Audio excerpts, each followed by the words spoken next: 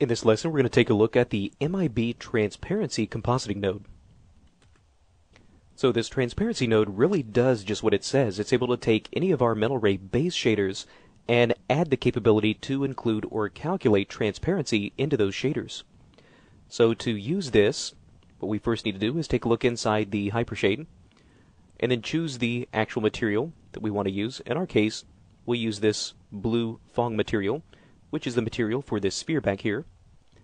Now, this is going to be used just like any of the other sample compositing nodes. We need to take a look at the output connections of this Phong so we can get access to its shading group. And from here, we can just drop in the transparency shader. And just like with all the other sample compositing nodes, we just take this Phong, drop it into the input of our transparency, and then just take this transparency shader, drop it into the material shader slot of our shading group, and then there we go. Now we've added, through the use of this node, an added calculation for the transparency. So really, there is only one attribute for this particular shader. The transparency, once it's set all the way to black, means that there is no transparency calculated on this object.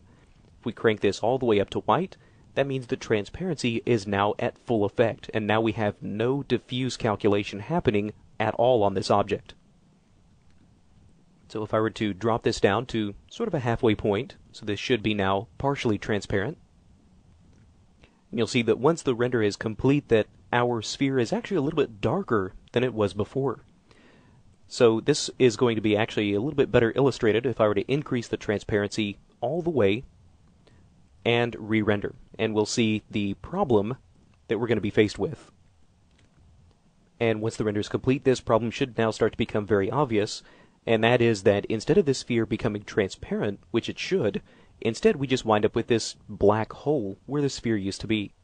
So whenever using anything like the transparency or the opacity sample compositing nodes, the amount of rays in your ray trace calculation make a very, very important difference.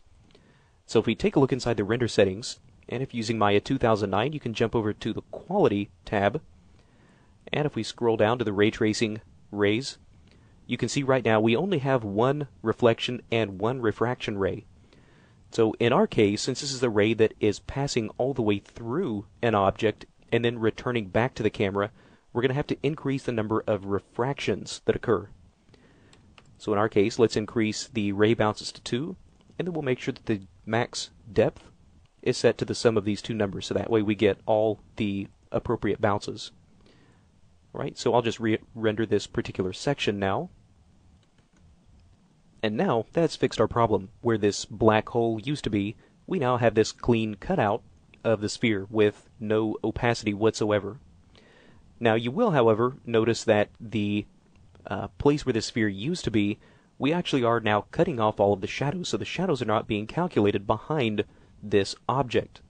Now this can be fixed, if the situation calls for it, by taking a look inside the light itself, and if we're using a Maya light rather than any kind of a mental ray light that can be plugged in here, what we'll have to do is, if we are using a Maya light, take a look inside the ray trace shadow attributes, and we'll need to make sure that the ray depth limit is set up to something higher than 1. Now the exact number that you need to use may depend on the complexity of your scene or how many objects this ray is going to have to bounce through before it gets returned to the camera. In my case, a value of 3 should work just fine. And once we re-render, you can see that we still actually don't have any shadows. And the reason for that is likely because even though I have my ray depth limit on the light set to 3, if we go back to our ray tracing tab, if we're using a Maya light, there is a global limit on how many bounces the shadows can go through. So in our case, the globals have this by default locked to 2 bounces. So let's make sure that the shadow bounces are also set to 3 in the globals. And there we go. So even though this object is not visible, the rays still need to interact with it in order to calculate correctly. So the reason that we were having this hole before was because this object was still being calculated. So the shadows that were coming back still registered this object as being there, and so it went ahead and did not display the shadows for where that object was. And normally this is just an efficiency thing to keep Mental Ray from having to render, or rather even calculate, anything that is not going to be visible to the camera. So we just need to make sure that our number of refraction rays and the number of shadow rays are set to an appropriately high limit. Now you will, however, start to see the shadows themselves. Even though our object is completely transparent, the shadows themselves are still behaving as if they're entirely opaque. So if, for whatever reason, you need to now make the shadows become a little bit more transparent, you would actually want to utilize the Shadow Transparency node. And if you want to learn more about this particular node, we actually do have a lesson that deals entirely with how to use the Shadow Transparency. So that's a look at how we can use the MIB Transparency compositing node.